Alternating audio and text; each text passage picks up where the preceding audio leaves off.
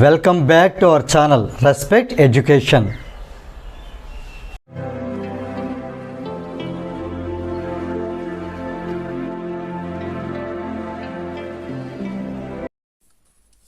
ఈ వీడియోలో మనం ఎక్సర్సైజ్ 8Bలో క్వశ్చన్ నెంబర్ 20 ఎలా సాల్వ్ చేయాలో నేర్చుకోబోతున్నాం. క్వశ్చన్ చూసినట్టయితే 2 రెసిస్టర్స్ ఆఫ్ 4.0 ohm అంటే 4 ohm అండ్ 6.0 ohm అంటే 6 ohm.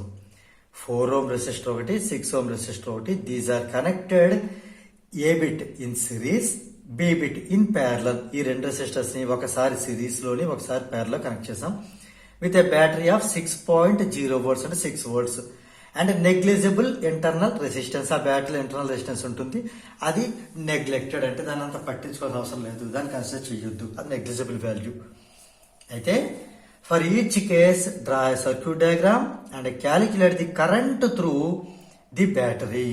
సో రెండు కేసులకు కూడా మనం సర్క్యూట్ డయాగ్రామ్ డ్రా చేయాలి. రెండు కేసులో కూడా ఆర్ ఇవ్వడం జరిగింది, బి ఇవ్వడం జరిగింది, ఐని ఫైండ్ అవుట్ చేయాలి. సో ఇది ఎలా సాల్వ్ చేయాలి చూద్దాం.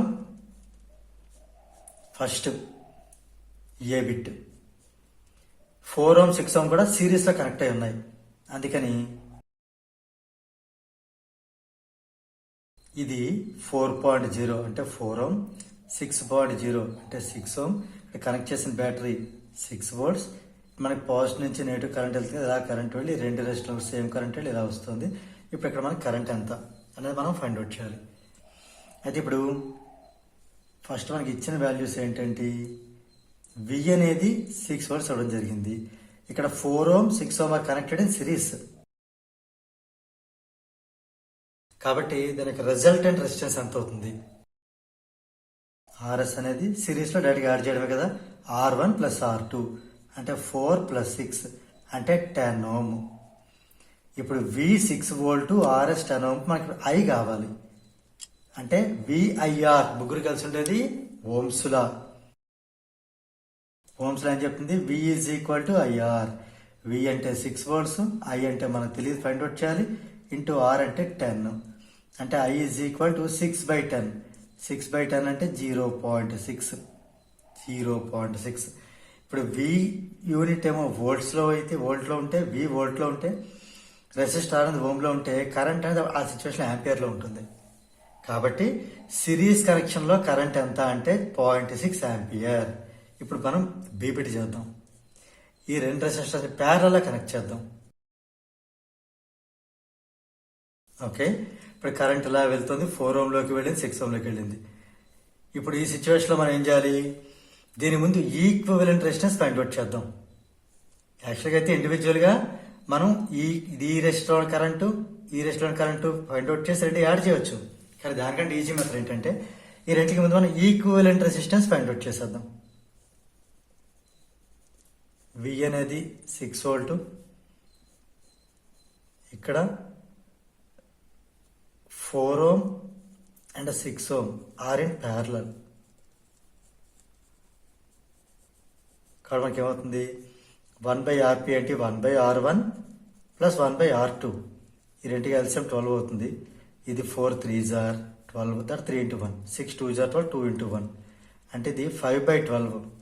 ఇది 1/RP. మనకి RP కావాలంటే మళ్ళీ రెసిప్రోకల్ అవుతుంది. ఇటు రెసిప్రోకల్ చేసి ఇటు రెసిప్రోకల్ చేయాలి అంటే 12/5. 12/5 దీన్ని సింప్లిఫై చేసినా ఓకే, చేయకపోయినా ఓకే. సో ఒకవేళ సింప్లిఫై చేస్తాం అనుకుందాం, చేస్తే ఎంత అవుతుంది? ఇది 2.4 అవుతుంది.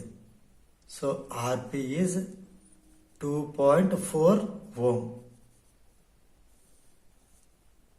ఇలా చేసినా ఓకే, 5/12 ఉంచినా ఓకే.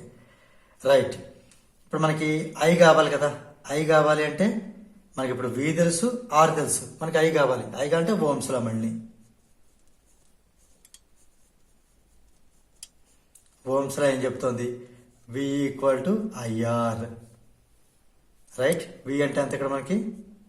V అంటే 6, I అంటే మనకు తెలియదు, ఇంటూ R అంటే 2.4 ఆర్ 12/5. 12/5 రాద్దాం అక్కడ. సో I కావాలి అంటే ఏమవుతుంది? 6 అలా ఉండి ఈ 12/5 అటు వెళ్తే 5/12 అవుతుంది. అంటే 6 1 jar 6 2 jar 5/2 అంటే 2.5. I equal to 2.5. ఇందాక చెప్పినట్టే వి పొటెన్షియల్ డిఫరెన్స్ అనేది వోల్ట్స్లో ఉండి రెసిస్టెన్స్ ఓమ్లో ఉంటే అప్పుడు కరెంట్ యాంపియర్లో ఉంటుంది. So 2.5 ampere.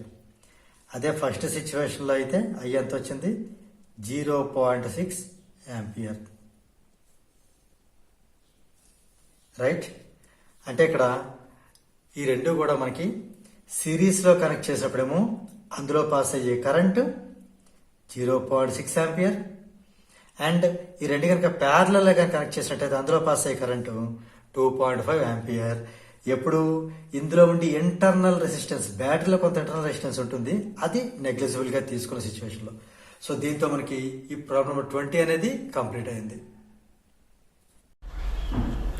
If you feel this video is helpful to you, please like, share and subscribe our channel.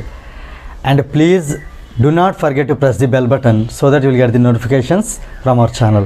Thank you very much.